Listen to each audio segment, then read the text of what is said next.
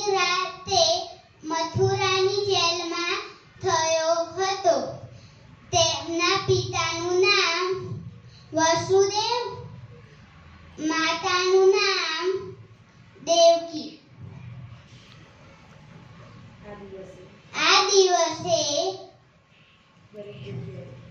ઘણી જગ્યાએ મેળા પણ ભરાય છે. મેળામાં જઈ લોકો ખૂબ જ આનંદ કરે છે. બાળકોને તો મેળામાં જઈ ખૂબ જ આનંદ આવી જાય છે.